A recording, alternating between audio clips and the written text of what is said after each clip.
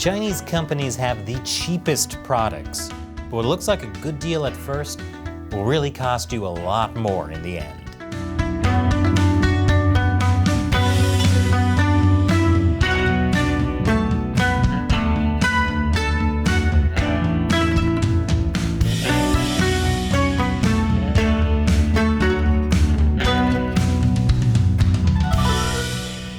Welcome to China Uncensored. I'm Chris Chappell.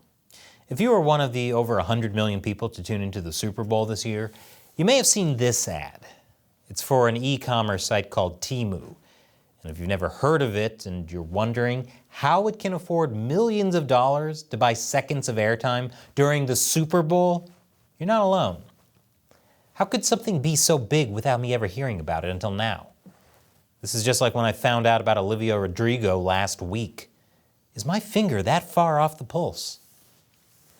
A lot of people have been wondering the same thing about Temu, and why they thought a girl buying ugly wigs for bald guys was a selling point.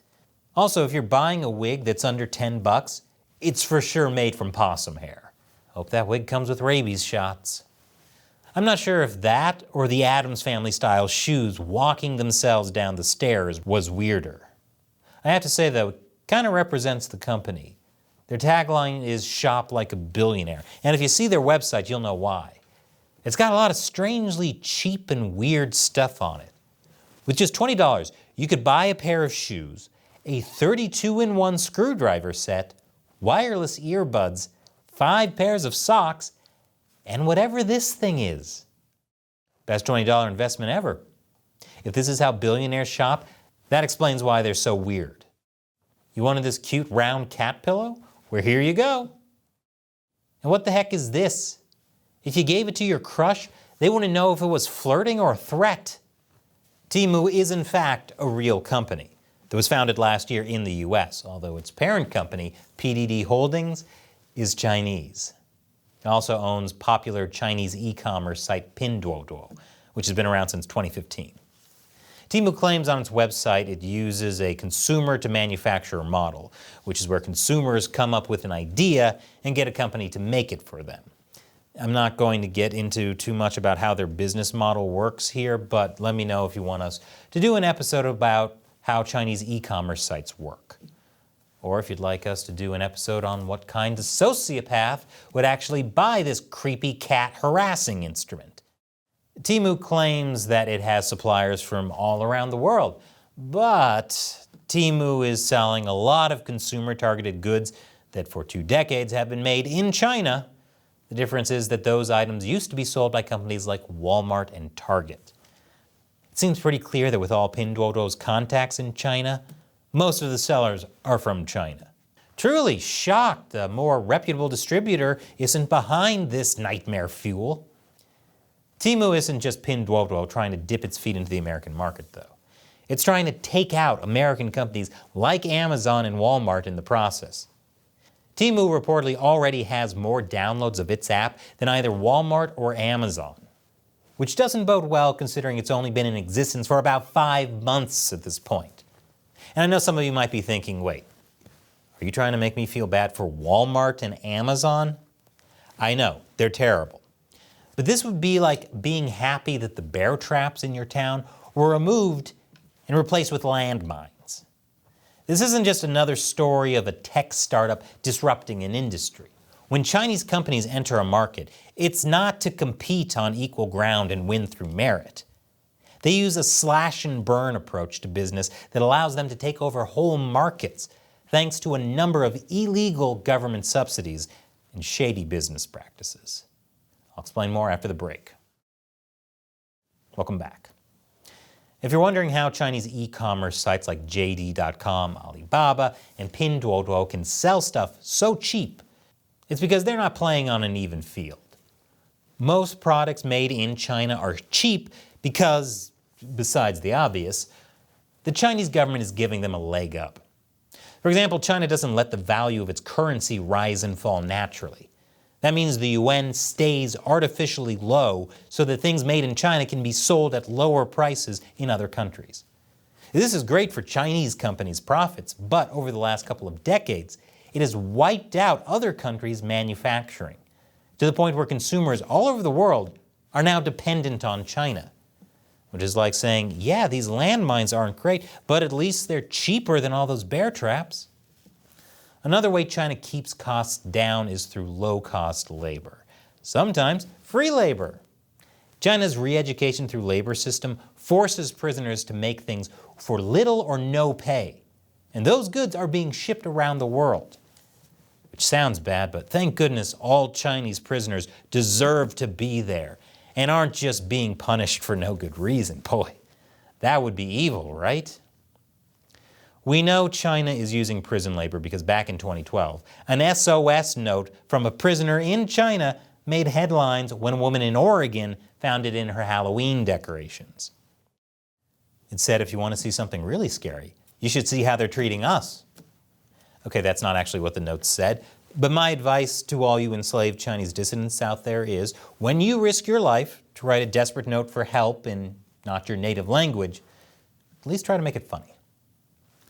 The US government has tried to ban products made with forced labor, mostly from the Xinjiang region, where the Chinese Communist Party has been persecuting people from the Uyghur ethnic minority.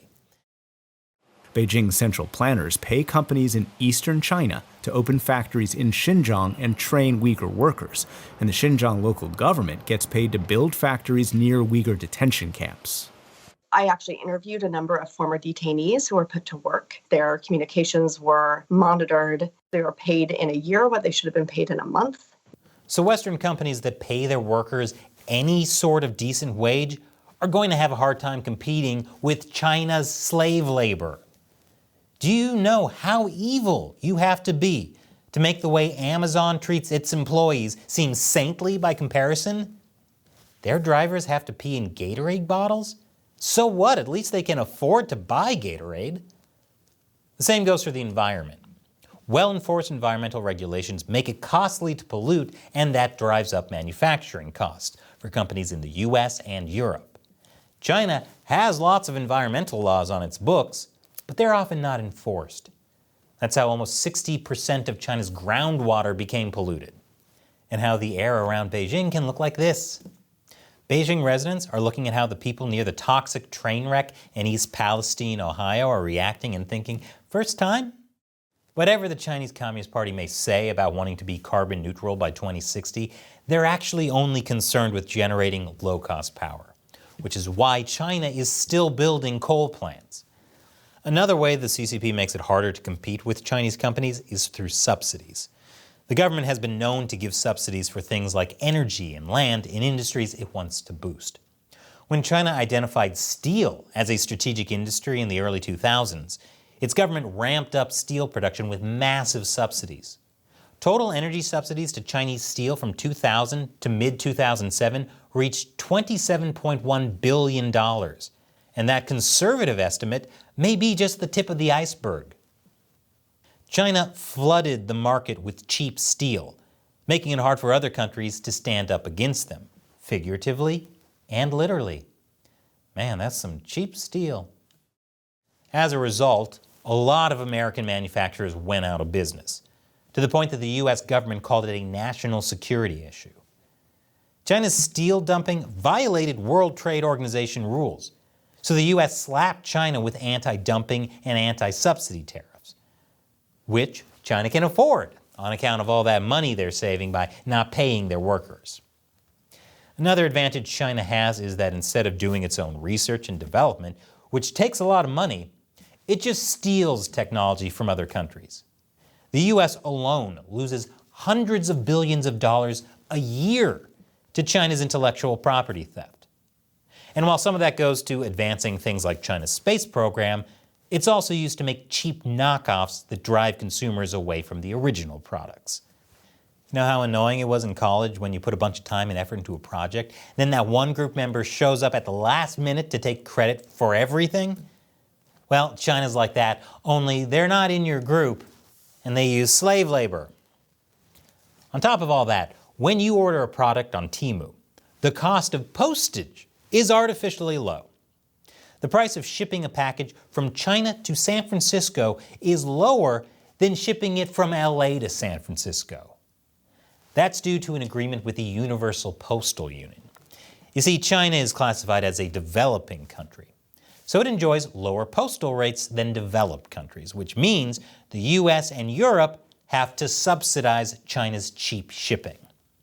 The US Postal Service loses millions of dollars every year to this.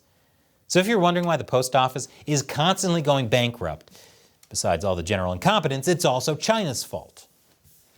So, with China's low wage labor, poor environmental protections, government subsidies, theft of intellectual property, and cheap shipping, it's really hard for foreign companies to compete with China. Websites like Temu might seem like a really good deal when you're getting tons of stuff for super cheap, but it comes at a huge cost long term.